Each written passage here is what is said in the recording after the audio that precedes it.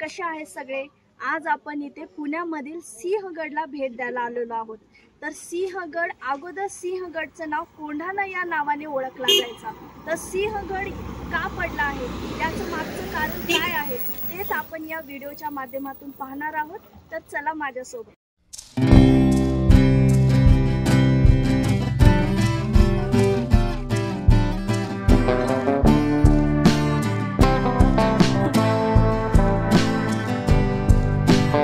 स्वराज्याचा सर्वात महत्त्वाचा किल्ला सिंहगड। पुण्याच्या नैऋत्येला साधारण 25 किलोमीटर अंतरावर असणारा हा किल्ला समुद्री सपाटीपासून सुमारे 4400 फूट उंच आहे। सह्याद्रीच्या पूर्व शाखेवर पसरलेल्या भुलेश्वराच्या रांगेवर हा गड आहे। 2 पायऱ्यासारखा दिसणारा खदकांचा भाग आणि दूरदर्शनाचा उभारलेला मनोरा यामुळे पुण्यातून कुठूनही तो लक्ष वेधतो। पुरंदर, राजगड, तोरणा, लोहगड, विसापूर, तुंग असा प्रचंड मुलूक या गडावरून दिसतो।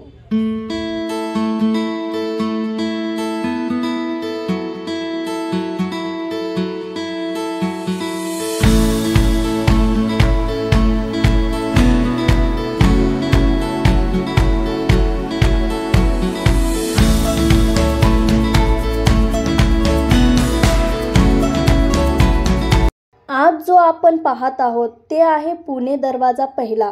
पुण्याकडून आल्यानंतर आपणास 3 दरवाजे लागतात, त्यामधील हा पहिला दरवाजा आहे। हा आहे पुणे दरवाजा तिसरा। ही जी इमारत आहे, दारू, गोळा, कोठा याचा वापर त्या काळी दारू गोळा साठवून ठेवण्यासाठी केला जात होता। हा किल्ला पूर्वी आदिलशाहीत होता। दादोजी कोंडदेव हे विजापुरांकडून म्हणजे आदिलशहाकडून सुभेदार म्हणून नेमले होते।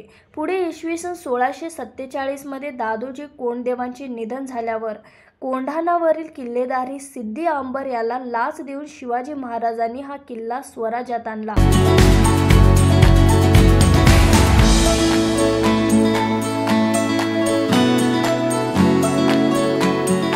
पुढे इसवी सन 1649 मध्ये शहाजी राजांच्या सुटकेसाठी शिवाजी महाराजांनी तो परत आदिलशहाला दिला। पुरंदरच्या तहात जे किल्ले मोगलांना दिले त्यामध्ये सिंहगड पण होता। मोगलातर्फे उदयभान राठोड हा कोंढाण्याचा अधिकारी होता।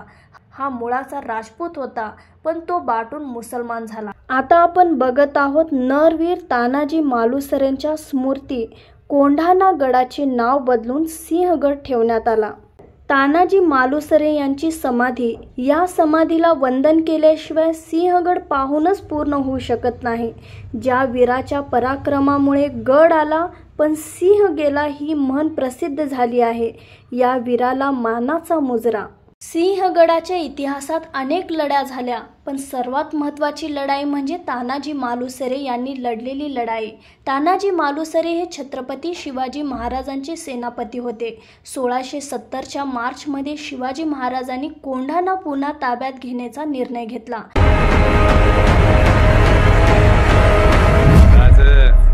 आधी लगीन कोंढाण्याचं, मग रायबाच।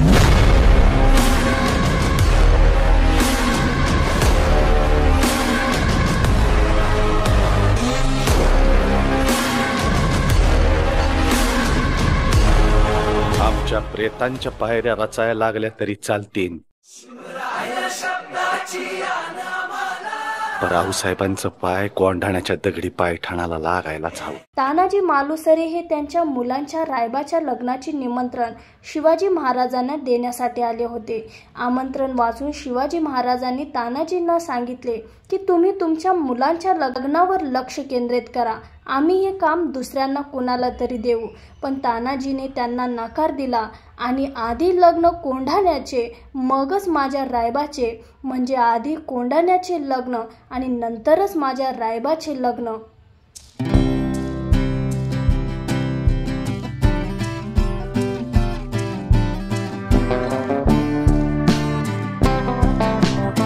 हे आहे कोंढेश्वर मंदिर।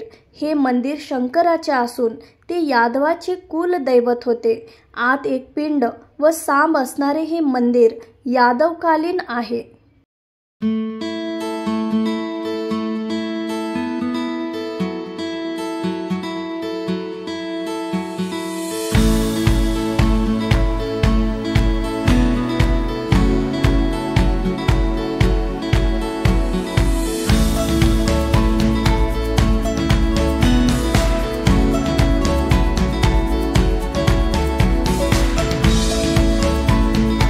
राजाराम महाराज स्मारक राजस्थानी पद्धतीची रंगीत देवळासारखी जी गुमटी दिसते ती छत्रपती राजाराम महाराज यांची समाधी।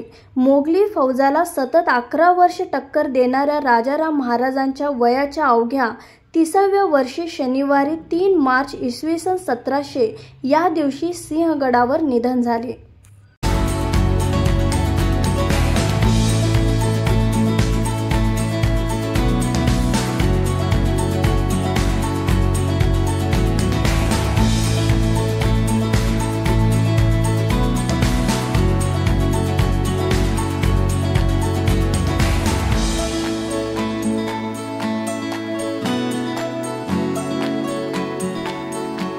हे जे आपण पाहत आहोत ही आहे घोड्याची पागा, म्हणजे त्या काळात घोड्या या ठिकाणी ठेवले जात असे।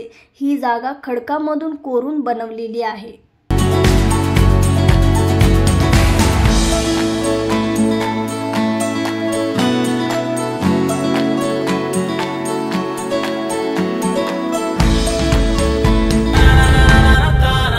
अब लहराओ भगवा और कर दो ऐलान, पहले शादी कोंडाणा की फिर मेरे रायबा की। कोंढाण्याचे लगीन आधी म्हणणारा तानाजी, शिर कापले गेले ते जमीन से और आसमान से। आणि कथांचे शूर ते मावळे। व्हिडिओ जर आपणास आवडला असेल तर लाईक करा, शेअर करा आणि जर आपण आमच्या चॅनलला सबस्क्राइब केले नसेल तर नक्की सबस्क्राइब करा।